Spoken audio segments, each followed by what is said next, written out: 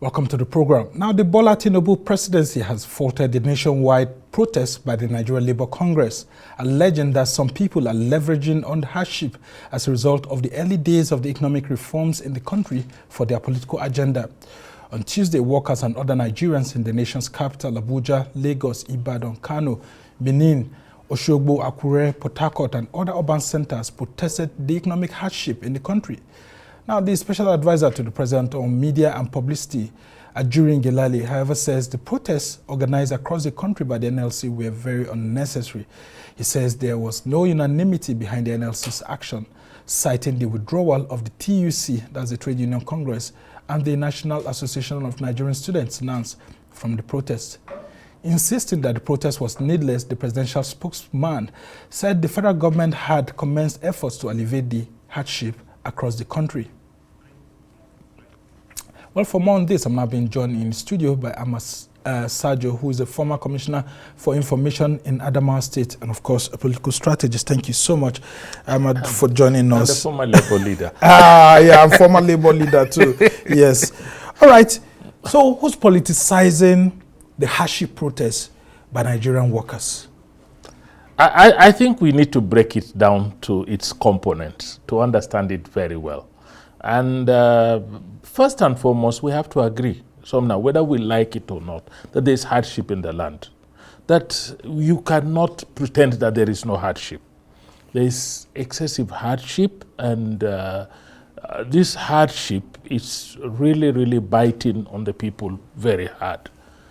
And we also have to accept that Labour wanted to ride, or the NLC, the Labour in totality wanted to ride on the back of this hardship to make a point. But we also have to agree that because Labour is not as cohesive as they ought to be, they could not agree to go as a bloc. And the withdrawal of the TUC was a major blow because the jugular of the economy is in the hands of most of the senior staff who are part of the affiliated to the TUC. And we also have to agree that some political elements wanted to cash in on the situation to feather their political nest. It's also very glaring in the process. Yeah, and that's the question I'm asking. Who might those political power blocks be, actually? I mean, you see, generally in a multi-party democracy, we do not expect everybody to agree with the government. The essence of an opposition in a democratic setup is for the opposition to also, be aligned with those that are saying government has gone wrong, because that's a pathway for them to replace the government at the next election. So to say the opposition was not happy that things were going this way is also to deny a very glaring fact. Interesting submission. But, and this is where the but is, Labour, NLC in particular, did not realize, and that is the hard fact they have to swallow, they did not realize that they have almost lost the confidence of the people. And the reason is very simple. You see, when you play bread and butter Labour system, you lose the people. When they come to argue, their argument is always forceful to the extent that when the wage issue is settled, they abandon other issues. And people are beginning to see through that window. When we're talking about palliative for people or easing the burden on people, there are many things Labour should advance forward that could change the narrative and make the people realize that they are part of the system. For example, subsidy on petroleum was removed. A hell lot of money became available in the hands of government. The state government and the local government received multiple allocations. Yet, we have not seen the impact of these multiple allocations. Meanwhile, taxes have been increased on ordinary people down the line. You go to the market to sell ordinary daddawa, 2 or 3 agencies will come to you to ask you to pay tax receipt. You carry a load from Abuja to Gwagwalada here. You can be stopped 2 to 3 places to make payment, sometimes to government agents, sometimes to non-agents of government, but who apparently appear to be above government. These are the issues that NLC should have put on table for ordinary people to know that they are concerned about their welfare. Not just workers. Not just workers, but right. The Nigerian people, because we are all collectively suffering what is happening. So if anybody tells you that there is no suffering, the person is not being truthful. But if anybody also tells you that there was no element of attempts to gain some political advantage out of a supposed labor protest. But let me tell you, on a very positive note, I don't know whether anybody had observed this, or even you who are on the news have observed this. Did you notice that whoever strategically advised the Inspector General of Police to tell the Nigerian police to take and share to protesters, that was a masterstroke. Yeah, very interesting. And of course, the fingers are also pointing to the government.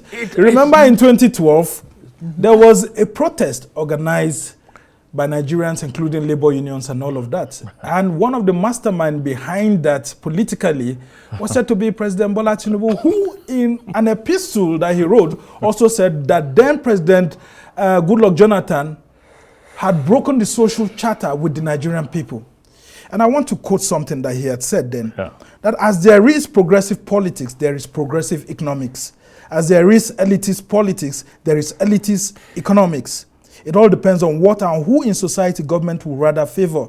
And they called it the Jonathan tax, which is the removal of the fuel subsidy. And I'm surprised that this same government, which is led by someone who was said to have sponsored and organized rallies, providing food and everything to people, is actually complaining that this protest by labor unions is being used against, his own government. And that's where the police issue also come in. People are saying that could it be that having strategized on all of these issues in 2012, that President Tinubu could have also advised the police to actually provide food and whoever advised, and let's be honest, whoever advised, if the police had gone there after these people with the jackboot, with the guns, with the tear gas, it would have been a messy situation.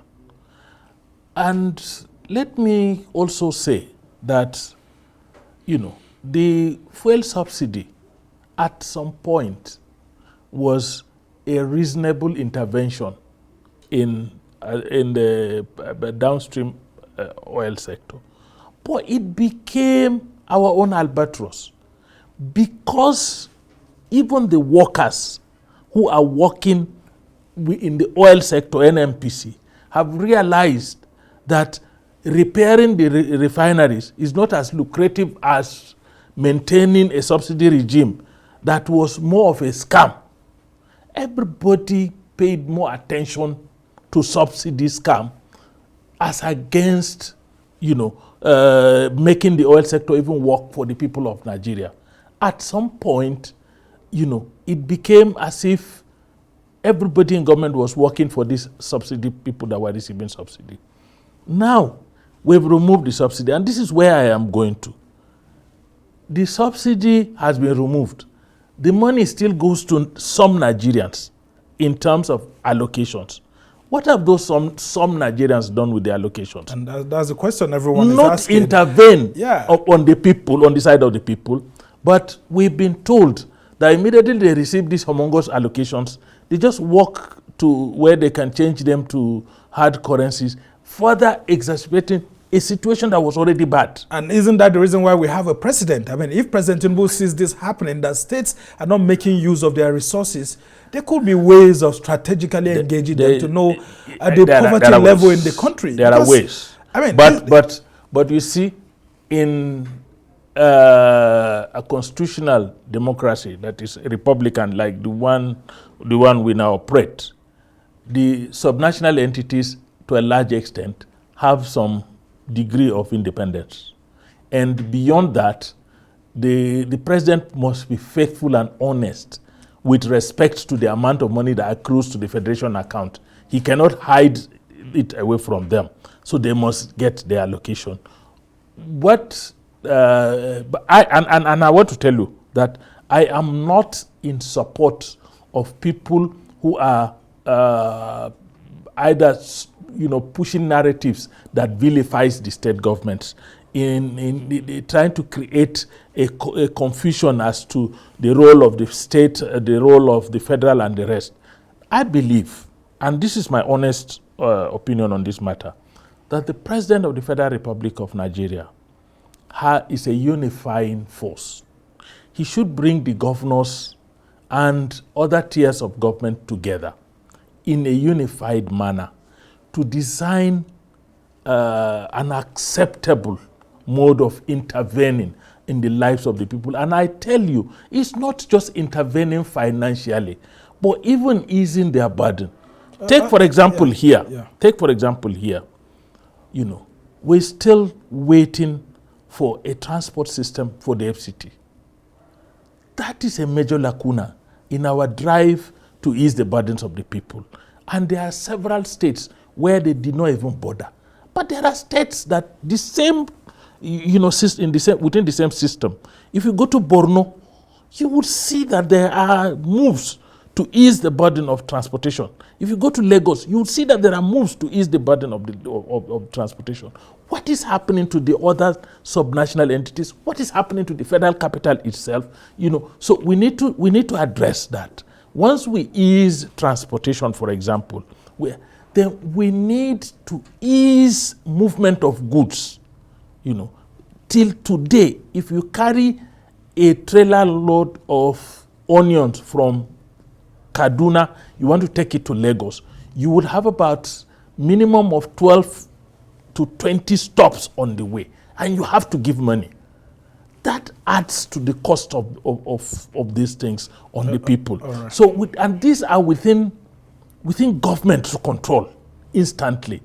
We also know that you go to the market, some young men move around with receipts, local government, unions, this, that, and then you discover that a person that has a business of less than 20,000 naira will have to pay for every day that the person goes to the market, pays like 1,000 or 2,000. We need to ease all of this. These are the burdens that people are suffering from. If you put your car on the road to help ease this transportation that is going on, I don't know whether they've caught you. They will stop you, search you, ask you to do this, then tell you that the date on your tire has expired. Someone told me that. Exactly. There are things we need to be compassionate about. There are things we need to be careful about because we are all in a difficult situation. When the situation eases, you could go ahead and do certain things that needed to be done. But when the situation is as tough as this, the cost of one tire today can buy you 3 vehicles when I was young. All right. Very interesting submission. Now, I'm coming back to this politicization of this protest that the presidency is saying. Now, Ahmad Sajoh, you and I will understand very well that if President Tinubu calls the governors together and they have a strategic meeting and say, can we all stop the construction of bridges for 1 year? The construction of these huge mega or elephant projects and all for 1 year and concentrate on food production and some other things that could actually help ease the burden of people, that we may be able to have a headway. Because some governors are still building all these bridges and all of that, while the lives of Nigerians are not being taken care of. The welfare is actually the major reason why we have a government in place. Are you telling me that if President Tinubu used his political strength to actually do that, that we won't have a headway if we can stop some of these high mega projects that we're doing and focus on the things that will help improve the lives of Nigerians? And also, take a look at what some of the governors are saying, that President Tinubu never consulted them when he decided to stand right there at the Eagle Square and remove fuel subsidy. Although they are claiming that President Buhari had already put in place measures for the subsidy to go. That if he had consulted, maybe there could have been a delay and it would have been easier. So that if the federal government caused a problem, then it should be ready to be able to go along. No, but let's understand one thing. that, and that's where I'm telling you that those who are saying, the president should go into confrontation with the governors are not being sincere to the president himself. The governors and the president must work in synergy. They must synergize to work together. While the president must respect the governors as elected representative of the subnational level, the governors must respect the president for the areas where he has the overall purview. I cannot see a situation where the president wants to take a decision that he needs to consult the governors. Yes, it's good to have a harmony in thinking.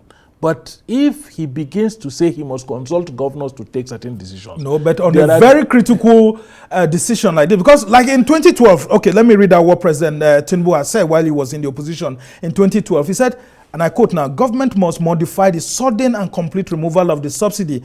Either we restore the subsidy or use the funds for other social purposes. So what happened to the Tinubu in government? These are the questions that people are asking. And if you have a very critical decision like that, I said that the governors are not important for him to also be able. So why should they solve a federal problem that was created by the president? Why are they collecting the extra money that was created by the removal of the subsidy? Why can't they say, okay, you have removed subsidy, give us what the allocation that we used to receive, use the rest to solve the problem? Why are they collecting it? Look. You cannot have one aspect of it and reject the other aspect of it. The fact that they all agreed that this removal of subsidy has increased their purse means that it has also increased their burden of leadership. It's not magic, it's not rocket science. To whom much is given, much should be expected. I am not a spokesperson for President Bola Ahmed Tinubu. I am not holding brief for him. But sometimes leadership is contextual.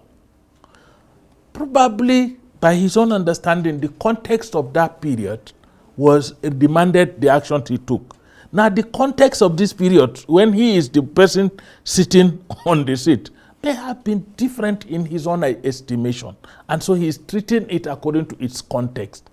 Like I said, I'm not holding brief for him. But I also hold the view that wider consultations should have taken place, not necessarily just with the governors, but in fact the governors as beneficiaries would, if the government had put across to them that if we remove subsidy, your allocation will be increased by this, they will have supported it. Let us be honest with ourselves. But that there should have been also a template for intervention, like the one you mentioned. Look, all of the amount of money that comes should not be used on infrastructure. It should be used to develop sectors that will impact quickly on the lives of the people. I mean, agriculture, for example. We all agree that no state should not be able to produce enough food for itself, if not for the country. There are states that have land mass in this place that are beyond certain countries. We could produce more food. This issue of transportation will have also been solved. If you want to do CNG, for example, CNG stations should have been established across the country. Well, they promised that in the 15-point agenda agreed upon with Labour in October last year. And that's what Labour is saying, that some of these things you promised us, including 25,000 naira to 15,000 people, many of these things haven't been fulfilled. But the government is saying they are still trying to. But let me tell you, the refineries are already working and all of that. If refineries are not working, who are the people that did not make refineries work? Essentially, yes, there is the political will to make them work, but there is also the weakness of the working class. You can't be sitting in an agency. You are here now. Will you be receiving your salary without doing what you are doing now? How would you feel? How do I even feel that I am working in a refinery, collecting salary at the end of every month, and yet the refinery is not working, and I feel my conscience tells me I'm okay? Look, let me tell you, I saw the protest on the 27th, and I almost shed tears for the labor movement. Some of them went to government houses. They were praising governors that have yet to implement the 30,000 minimum wage. It doesn't work that way. it immediately sends a signal to the people that these guys cannot be trusted. If they were protesting wholesale, let them go ahead and protest. I want a protest that will focus on the ruling class or on the leadership of the country in its totality, not vilifying the president and praising the governors. When you know that the governors also have a role in mitigating the crisis and they are not doing so. In fact, some of the governors have increased taxes in order to generate more internal revenue to a level that they have crippled some small businesses in their states. So what are you saying? You know, in truth, what we need as a country is a unified leadership in times of crisis like this. And the president does not have to do it himself. There is a provision in the Constitution, the National Economic Council, chaired by the Vice President of the country. Invite the National Economic Council. Yeah, which don't make it look like it's a one-off. I'll tell you what we did here in FCT. When we had the crisis of trying to move KK away from the center of the city. Yeah, that's tricycles. For 6 months, we're meeting every Thursday. For 6 months as a team to make sure that it does not go wrong. It's not a question of people just come and breeze into Abuja and hold a one-day meeting that is not exhaustive and then go and address the press and go back. I think if it means that they stay here, and they are politicians, and we know this, our politicians will overnight meetings.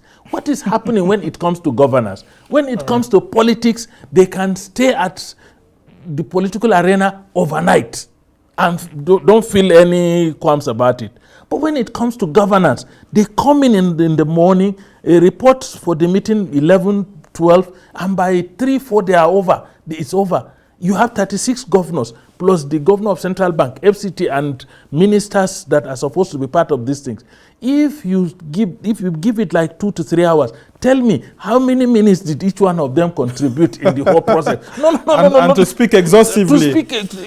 So they should look at, and what were the documents that were put on their table? How were they able to scrutinize these documents? How were they able to interrogate issues deeply? Ask the central bank governor, for example, or the minister of finance, explain to us this in detail. How does this translate to this?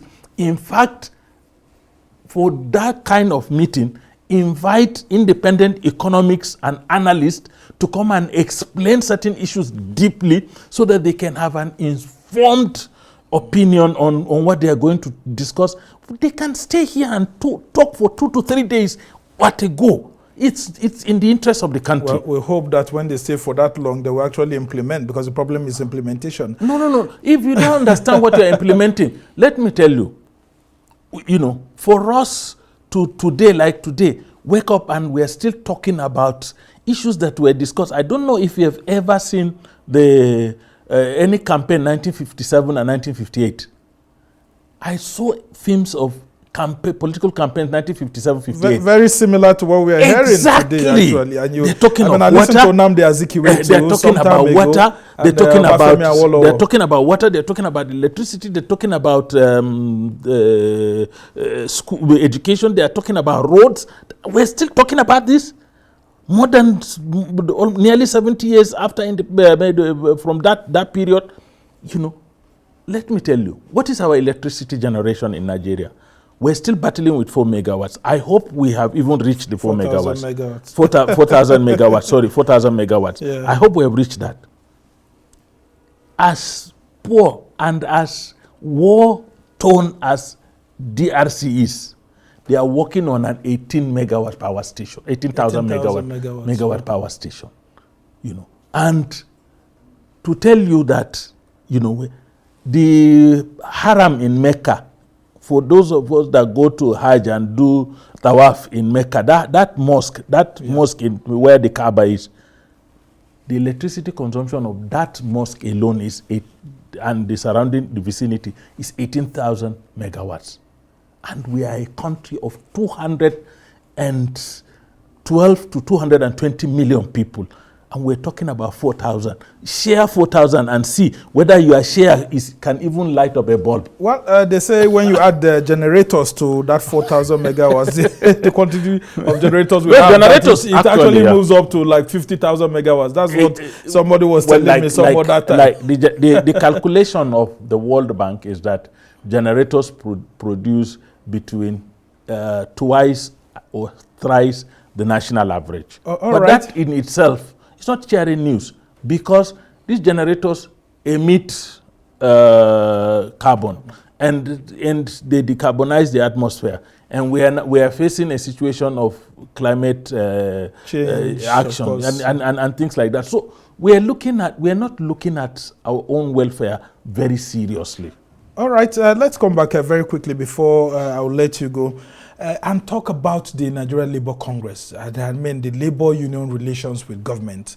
Over time now, you would have seen that we've seen Labour often calling off strike or protest just before the strike begins, or maybe once the protest begins, before you know, they call it off. We had one again yesterday. They said it was a 2-day protest, only for them to call off the protest after day one. Do you think that they were intimidated by the government, or maybe they feel that Nigerians didn't embrace them so much and they decided to call off the protest? What do you think could have been responsible for this action? There are three possible reasons for the action, for this very action. But for the other actions, I will also tell you what could have been behind the other actions. But this very action, first, the withdrawal of TUC, NANS and other civil society groups was a big blow on the NLC. Let's be honest. No matter how much face they want to pretend to put across there, these withdrawals were a big blow.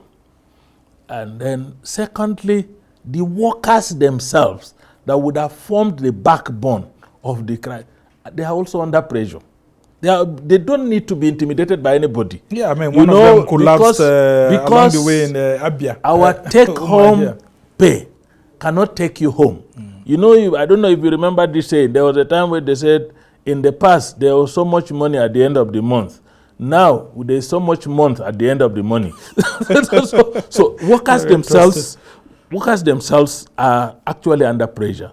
And sometimes anything that can disrupt, because workers have found ways to augment the little they earn. You know, it's a miracle that somebody receives 30,000 naira in an economy where a bag of rice is 66,000 naira, maize is about 60,000 naira. It's a miracle that he survives. But the miracle is that he does some other small things to augment the little income. And if you disrupt it for 2 to 3 days, you put him in serious jeopardy himself. And thirdly, like I told you at the beginning, labor unions have not been able to earn the trust of the people. And that is the reason why they called off all the other strikes that you're talking about. As soon as, you know, the issue of salary is settled and government dangles an increase, or like in this case, a wage award, every worker that is eligible is anxious to reach that point of receiving the increased salary or the wage award. They do not, the solidarity, you know, we only sing solidarity forever, but that solidarity is not forever. Once the matters of bread and butter are settled, the solidarity breaks.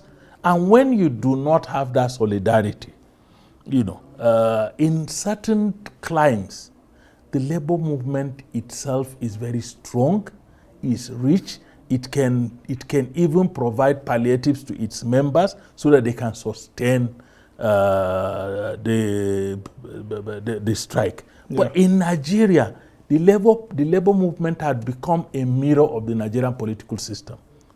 There is hardly accountability. There is hardly democracy.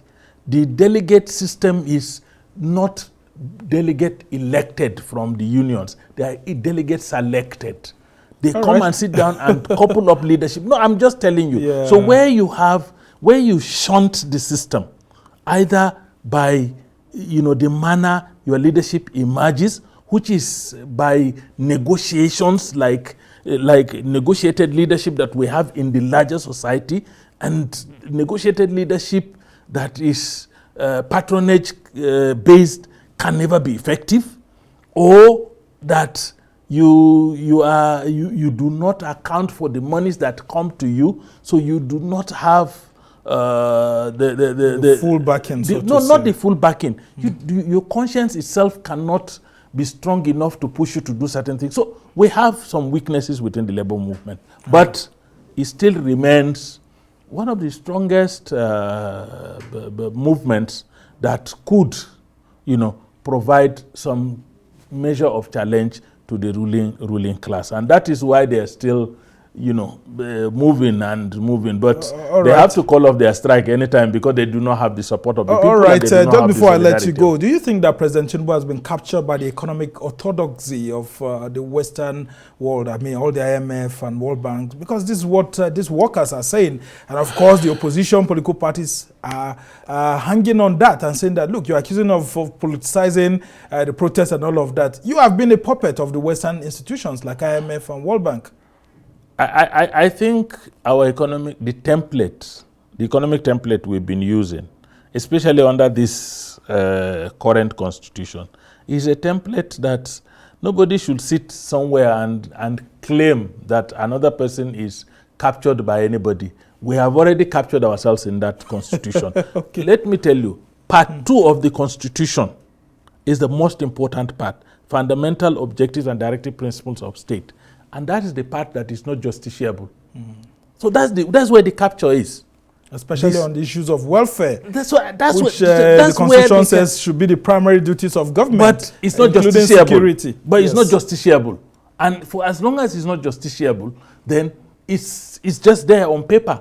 If the government is supposed to provide you education, but if government does not provide you education, you cannot take government anywhere to ask them to provide you education.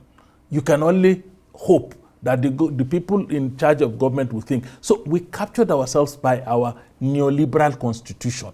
And we captured ourselves by what we have established as our precedents in leadership. Right. Leadership that has so much entitlements and very little responsibilities and duties. All right, Ahmad Sajoh, we must thank you so much for helping us to break down this issue. But of course, a lot of Nigerians have been asking, and they keep asking, and understanding is very little as to what exactly is happening to the progressives in government. Those who were progressives in opposition and they found themselves in government and are now accusing the opposition of taking charge of protests when they were experts of this similar sort of situation. About a decade or over a decade ago. Well, we must thank you so much, Ahmad. Yeah, thank you very much. I am grateful. In Adamawa State for we're still hopeful. Well, we'll continue to remain hopeful. And of course, we just hope that the federal government knows how important it is to balance labor relations so as not to also make labor look terribly weak before the Nigerian people, because they've always been there to defend us as a people, even during military regimes.